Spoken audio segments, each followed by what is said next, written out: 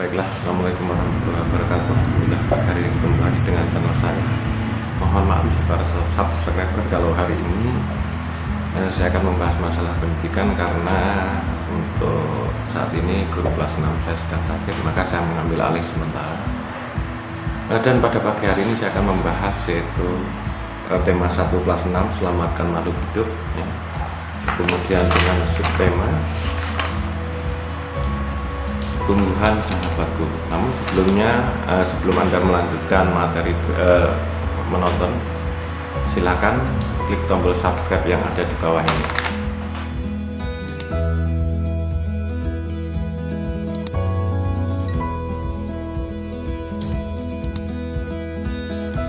Anak-anak, jadi tumbuhan ini adalah sumber kehidupan di muka bumi ini.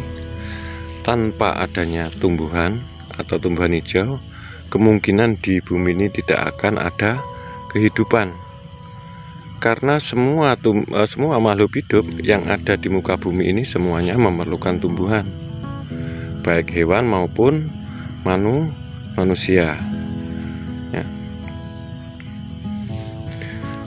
Selain sebagai sumber makanan, tumbuhan juga merupakan penghasil oksigen. Jadi udara yang kita hirup sehari-hari ini adalah semuanya berasal dari tumbuhan ya. Jadi pada siang hari tumbuhan itu menghirup karbon dioksida dan mengeluarkan oksigen yang kita hirup sehari-hari.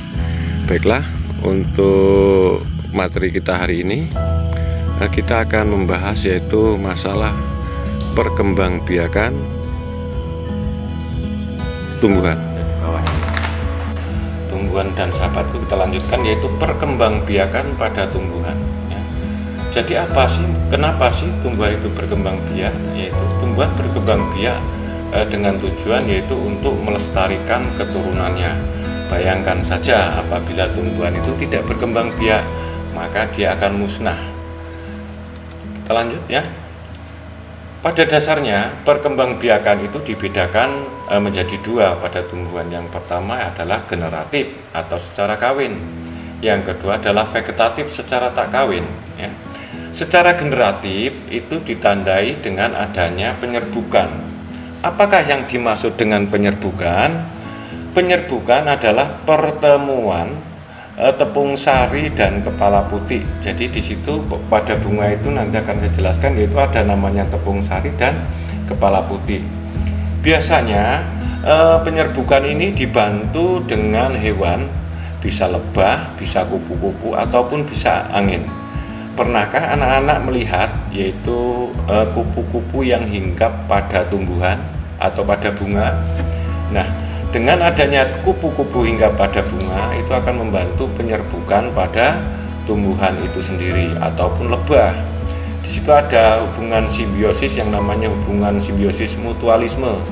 Karena di sisi lain yaitu lebah akan menghisap madu atau nektar daripada bunga itu. Kemudian sementara bunga itu atau tumbuhan itu sendiri terbantu dengan adanya yaitu penyerbukan. Kemudian yang kedua yang disebut dengan vegetatif atau tak kawin ya. Ini biasanya dengan tunas. Seperti contoh kita lihat, pernahkah anak-anak itu melihat pada pisang? Pisang berkembang biak dengan tunasnya ya. Atau dengan tunas batang itu, kalau kita mau menanam pisang secara otomatis kita harus mendungkel yaitu anakannya. Kemudian yang kedua saya beri contoh lagi yaitu akar tinggal. Akar tinggal itu biasanya pada lengkuas dan sebagainya. Nah itu apabila lengkuas itu jahe dan sebagainya akarnya tertinggal, dia akan tumbuh. Nah itu akan menjadi tumbuhan yang baru. Maka dinamakan yaitu perkembangbiakan. Baiklah anak-anak, sekarang kita kembali kepada perkembangbiakan secara generatif atau secara kawin. Banyak contoh tumbuhan yang berkembang biak dengan secara generatif, misalnya jagung, padi, mangga, dan sebagainya. Yang perlu kita lihat, misalnya pernahkah anak-anak melihat seorang petani semangka yang berusaha mengawinkan atau menggabungkan dua semangka yang berbeda menjadi satu semangka, ya. Jadi biasanya semangka itu perkawinannya dibantu oleh manusia. Yang kedua, selain semangka, apalagi anak-anak yang perkawinannya dibantu oleh manusia, biasanya yaitu pada salak. Nah, salak itu untuk perkawinan atau penyerbukannya dibantu oleh manusia. Kalau jagung itu biasanya dengan lebah angin, padi, mangga dan sebagainya itu bisa dibantu oleh hewan kupu-kupu ataupun lebah. Sekarang kita lanjutkan. Ini adalah bagian-bagian daripada bunga.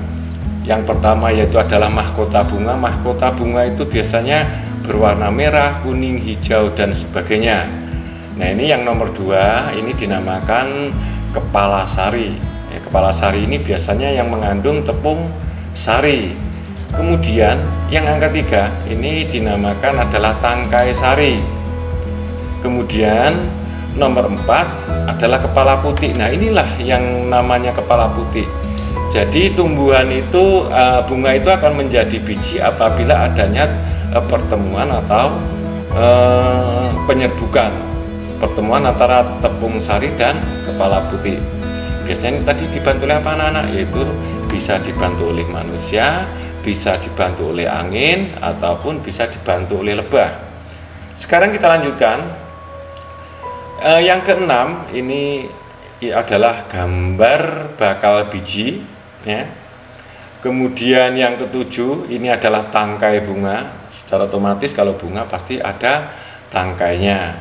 Kemudian kita loncatin aja yang ke-9, ini adalah kelopak bunga. Kelopak bunga itu biasanya sebelum bunga mekar ini, kelopak bungalah yang akan membungkus pada bunga itu. Kemudian untuk itu, ya, terima kasih kepada anak-anak yang telah menyaksikan video ini. Semoga bermanfaat untuk kita semua. Tetap semangat belajar meskipun COVID, tetap di rumah, terapkan 3M. Semoga anak-anak semuanya sehat semua.